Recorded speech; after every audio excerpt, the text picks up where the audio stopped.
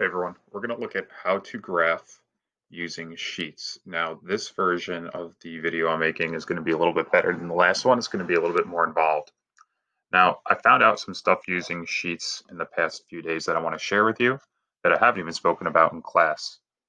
So for this lab activity, we wanted to create a height versus hand length graph. What I found is that, so that means that height's going to be on the Y, hand length is going to be on the X. What I found is that if you set up your columns, your two columns of data in Sheets, such that the X data is on the left and the Y data is on the right, it will place them on the correct axes in Sheets. Okay. That's not always the way I put it, but that is the convention that you put the X values in the left column, the Y values in the right. Okay. So I'm just going to show you a few things here just so you see what that kind of looks like. So right now my Y values are in the left column and my X values are on the right.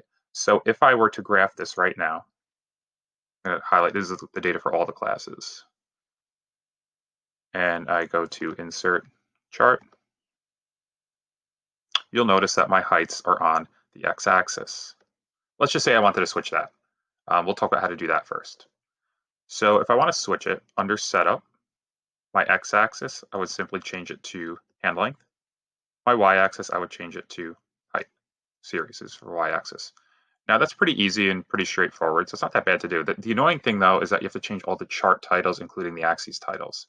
So you have to go through and manually change all of these. So chart title, height, inches versus hand length in centimeters. And you got to go to your horizontal axis, make sure that that one is hand length. And go to your vertical axis and make sure that that is height.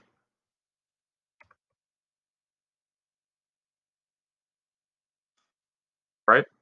Now we have it more or less set up. We have to do some more stuff, but that's how you would switch them. Let's look at if we put our hand lengths in the left column and our height in the right column. Okay, so let's delete this. Okay, and let's see if it does it for us automatically. Because like I said, technically convention is to put the X values in the left column and the Y values in the right. That's not really something I want you to get really caught up on, because sometimes when you're taking data, you don't know which is going to go on the X and which is going to go on the Y right away. So now we can highlight them. Oh, too far down. Insert chart. Let's see, notice how now it's plotted correctly and it did it for me. I don't have to switch anything. So that's a little nice tidbit. So if you set up your Excel data correctly, it saves you a lot of time. All right. So let's look at customize. First thing I want to do, notice how the X-axis goes from 14 up to 20. I want it to go from 0 to 20. Where do I do that? Under horizontal axis, you'll see there's a minimum value box. That's the minimum value for the chart, for the X-axis. So I want the minimum value to be 0 because I want it to go to 0. There we go. Notice how you could also do that for the Y-axis, but in this case, we don't have to because it's already at 0. From there, we can put a trend line on. So I'm going to get a chart. Let's go to customize, series. This is where I would change like the color and the shape and the size of my data points. Like if I wanted to do red, here it's red. I could do diamonds. Okay, this is really useful if you have multiple sets of data on one chart. So what I want to show you though is trend line. Okay, there's my line of best fit. All right, there is no way in Sheets, to my understanding, that will allow you to force the intercept to be 0. I looked around online, couldn't find it. Might be a feature that's coming soon, but as of now, they can't do it. I'm going to label this with an equation. And there's our equation of the line. So our slope is 2.58 inches per centimeter, right?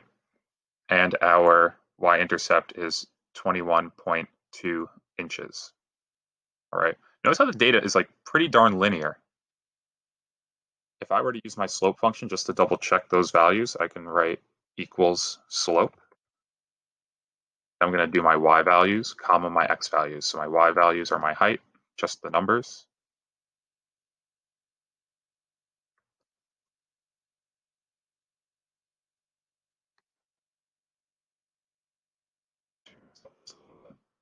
put this down here.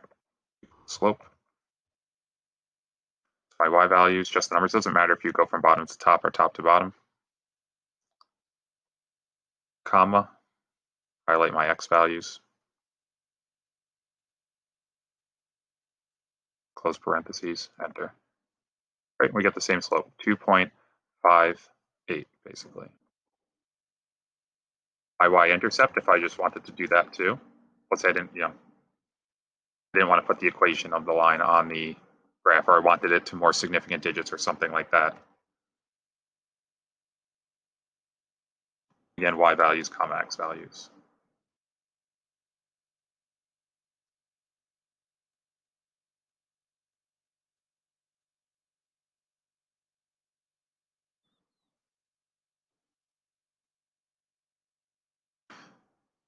So right there, that's pretty much everything you need to know in Sheets with how to graph a straight line.